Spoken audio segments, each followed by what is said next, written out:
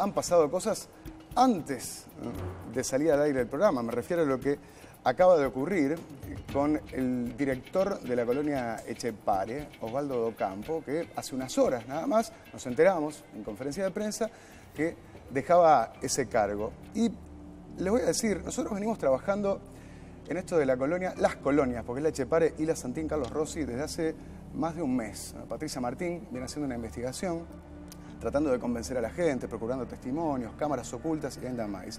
Y la semana pasada yo me comuniqué con las autoridades de ACE para ponerles al tanto de eso que teníamos, de lo que estábamos trabajando, del tenor de las graves denuncias que íbamos a publicar, y sobre todo porque queríamos entrevistar al principal responsable, a quien era el director de las colonias, al psiquiatra, doctor Osvaldo Docampo.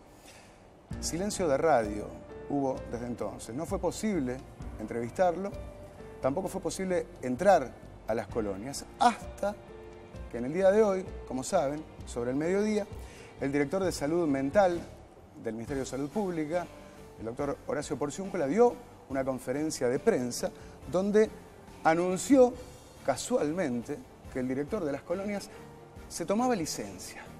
Véanlo.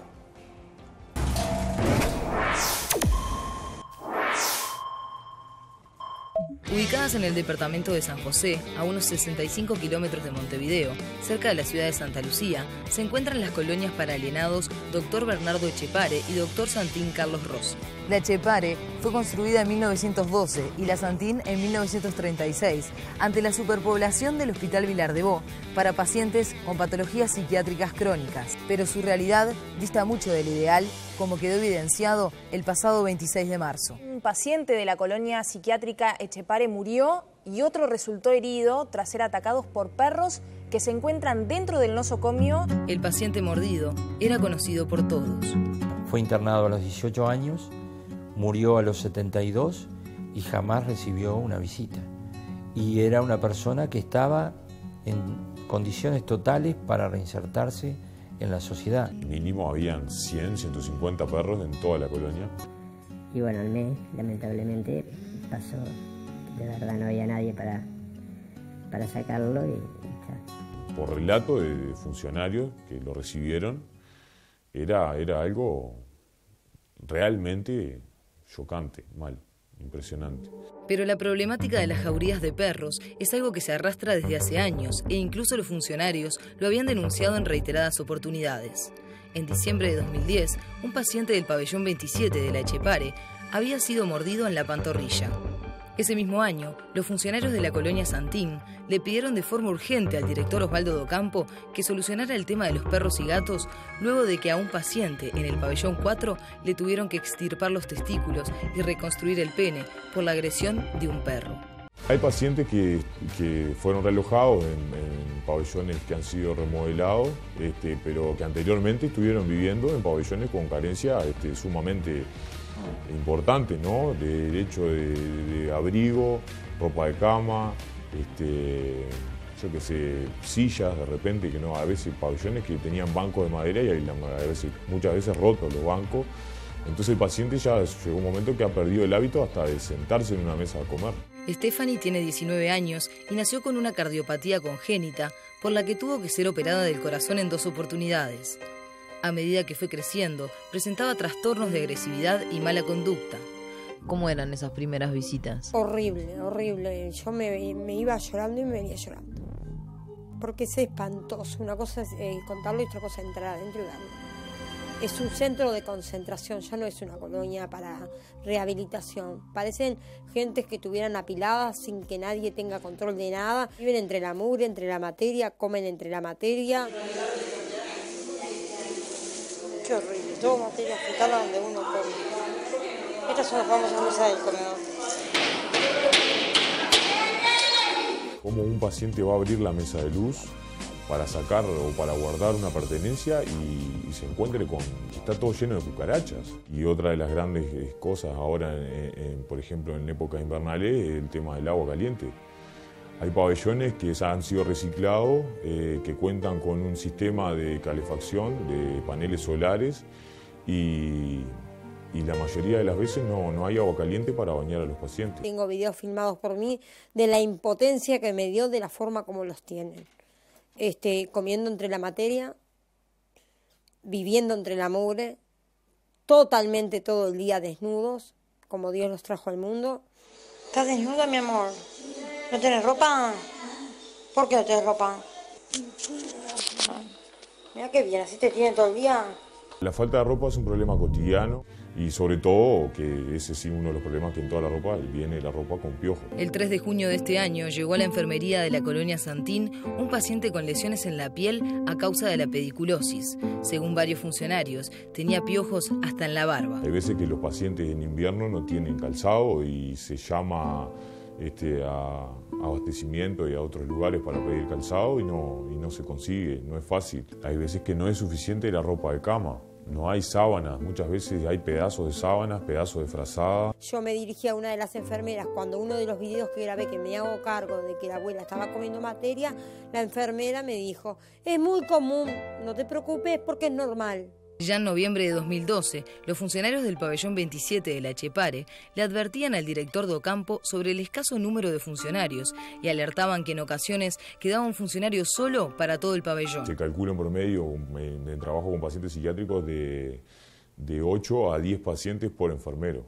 Y hay veces que en el área asistencial se trabaja a cargo de 40 pacientes o inclusive más pacientes y hay un solo enfermero a cargo de todos esos pacientes. Y la ausencia de funcionarios se puede llegar a pagar muy caro. Pasó en un momento que un pabellón, en esos cambios de turno, que quedan los pabellones solos, un paciente apareció quemado, con quemaduras de agua hirviendo en todo el cuerpo y bueno, se constató que el pabellón estuvo como 2 horas sin estar cubierto por nadie. Y bueno, el paciente a raíz de esas quemaduras murió incluso rápidamente dentro de la colonia, no se llegó a trasladar ni nada. Algunos funcionarios denuncian casos de muertes por golpizas, suicidios, por falta de asistencia y ahogados en el río Santa Lucía.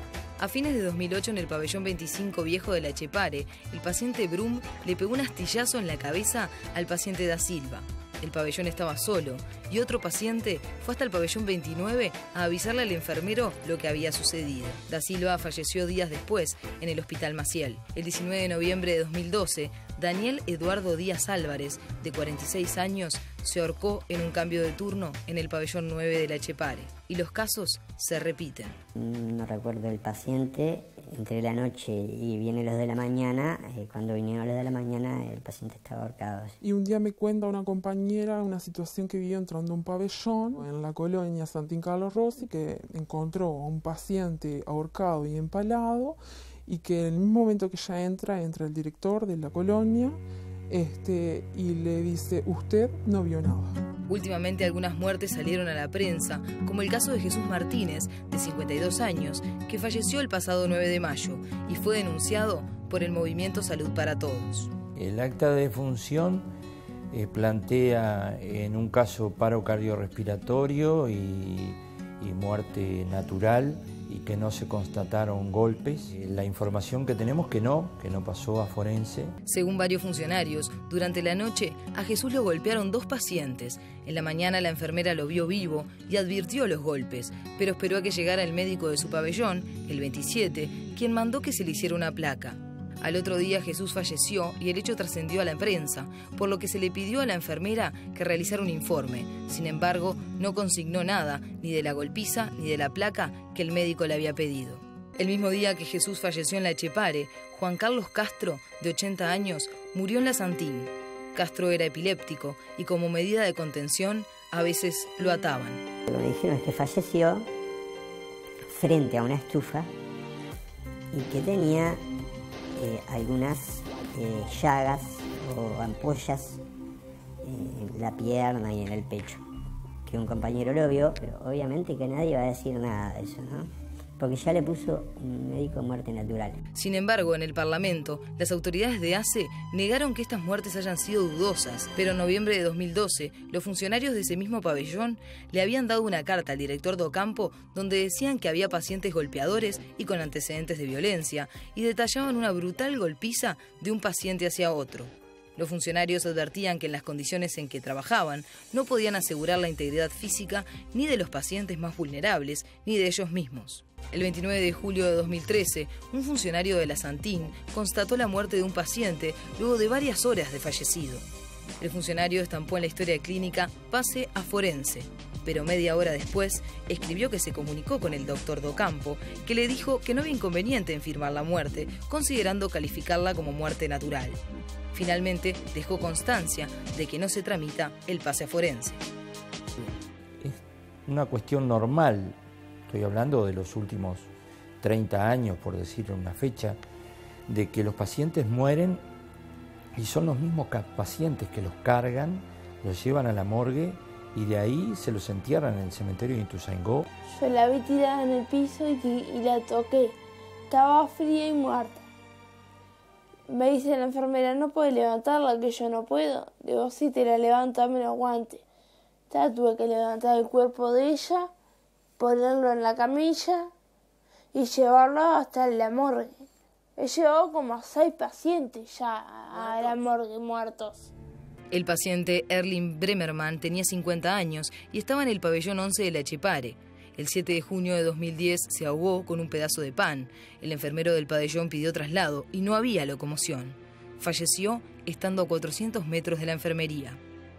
Gustavo Díez estaba en el pabellón 24 de la Etxepare. El 30 de agosto de 2012 hizo una convulsión y el enfermero llamó a la guardia.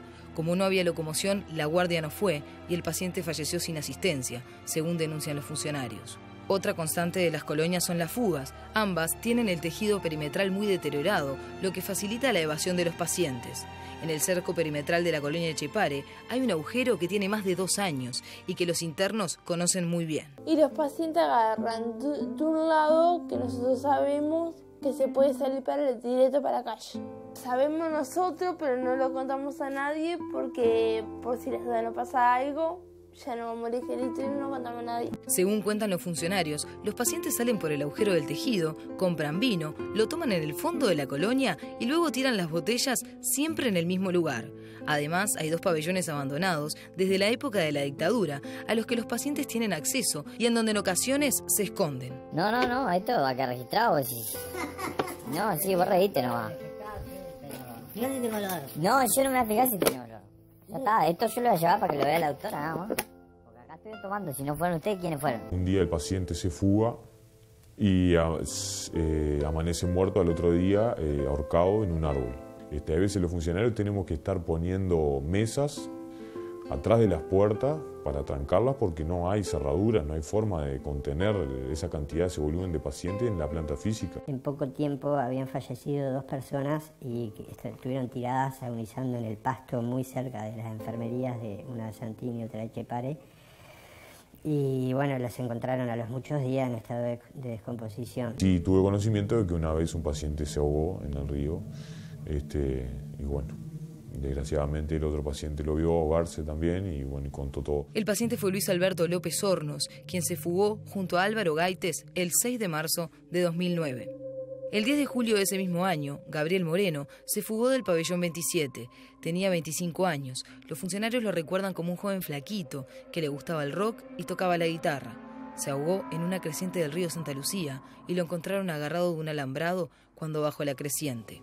Ramón Dorta tenía 70 años, estaba casi ciego y el 2 de febrero de 2010 se fugó del pabellón 11 de la Etxepare. Hasta hoy, nadie sabe nada de él. Hay casos recientes. El pasado 18 de julio, un paciente judicial que se encontraba en el nuevo pabellón 24 se fugó y lo encontraron a las 24 horas en el predio de la Etxepare.